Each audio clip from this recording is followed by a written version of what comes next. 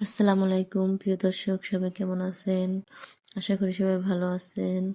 আজকে আপনাদের সামনে নিয়ে আসলাম মজাদার একটি গরম গরম নুডলসের রেসিপি। তো আজকে আমি কিভাবে এই নুডলস রান্না করব সম্পূর্ণ ভিডিও আজকে আপনাদের সাথে শেয়ার করতেছি। প্রথমে আমি চুলায় বসাই দিয়েছি কড়াই। তো কড়াই বসানোর পর আমি এখন তেলটা গরম করে নিচ্ছি।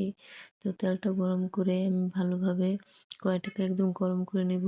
তারপরে এখন আমি এখানে দিয়ে দিচ্ছি 1 কাপ পেঁয়াজ কুচি। তো 1 কাপ পেঁয়াজ কুচি দিয়ে ভালোভাবে আমি পেঁয়াজটাকে ভেজে নিব। তো নুডলস রান্না করার সময় পেঁয়াজটা একটু বেশি দিবেন, এতে নুডলস খেতে খুবই মজার হয়। তো এই রেসিপিটি আজকে আপনাদের জন্য নিয়ে আসলাম। তো দেখেন আমার পেঁয়াজটা অনেকটা সুন্দরভাবে ভাজা হয়ে গেছে। তো আমি খুব ভালোভাবে পেঁয়াজটাকে ভেজে নিচ্ছি। তো আজকে আমি পেঁয়াজটাকে ভালো করে ভেজে এখন আমি ডিমটাকে ভালোভাবে ফাটিয়ে দিব। তো দেখেন ডিমটাকে ফাটিয়ে এখন ডিমটাকে খুব ভালোভাবে আমি ভেজে নিচ্ছি। তো নুডলস রান্না করার সময় আপনি একটা ডিম দিয়ে অনেক সুন্দরভাবে এটা 2 প্যাকেট নুডলস রান্না করে নিতে পারেন। অনেকে ডিম বেশি দেয়, কিন্তু আমার অল্প একটা ডিমে আমার নুডলস খুব মজার হয়। দেখেন আমি এখানে নিয়েছি টমেটো কুচি। তো আমি নুডলস রান্না করার সময় এখানে দিয়ে দেবো টমেটো। তো নুডলসের সাথে টমেটো দিলে নুডলসটা খেতে খুবই মজার হয়। তো এখানে শুধু আমি টমেটো আজকে মিক্স করতেছি ডিম দিয়ে টমেটো দিয়ে। তো আমার টমেটোটাকে আমি খুব ভালো করে একটু ভেজে নিচ্ছি। তো ডিমটাও ভাজা হয়ে গেছে। তো দেখেন আমি নুডলসটাকে এখন প্যাকেটটা ছিঁড়ে নুডলসটা দিয়ে দেব। তো এরকম মজাদার নুডলস খেতে খুবই ভালো লাগে। তো এই হয়েছে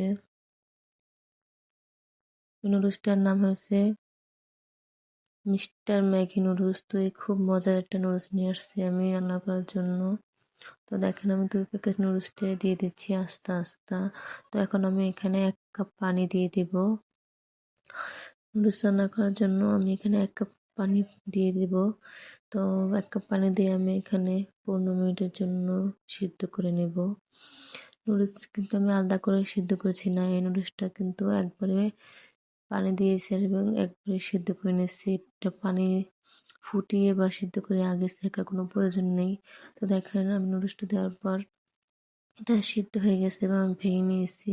তো দেখেন আমি এখন মশলা দিয়ে দিচ্ছি। তো মশলাটা দিয়ে নুডলসটাকে ভালোভাবে নাড়াচাড়া দিয়ে দেব, ভালো করে ভেজে নেব। তো এরকম মজাদার রেসিপি আপনারা ঘরে বসে বানিয়ে খেতে পারেন।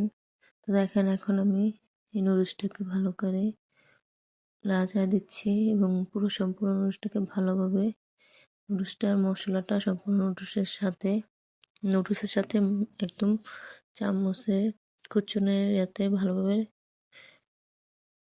মাখিয়ে নিচ্ছি।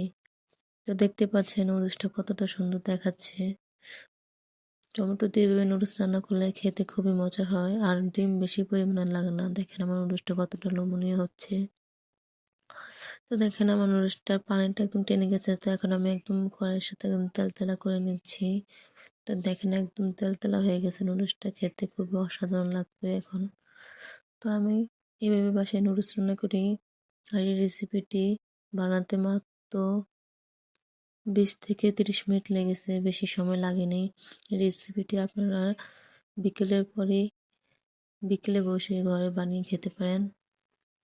রেসিপিটি খেতে খুবই মজার, ছোট বাচ্চারাও, যাদের ঘরে ছোট সোনামণিরা আছে তারাও খেতে পারে। তো দেখেন কি অসাধারণ রেসিপি হয়েছে, আমি এখন পরিবেশন করেছি। তো আমার রেসিপিটি দেখতে কিরকম অসাধারণ দেখতে হয়েছে।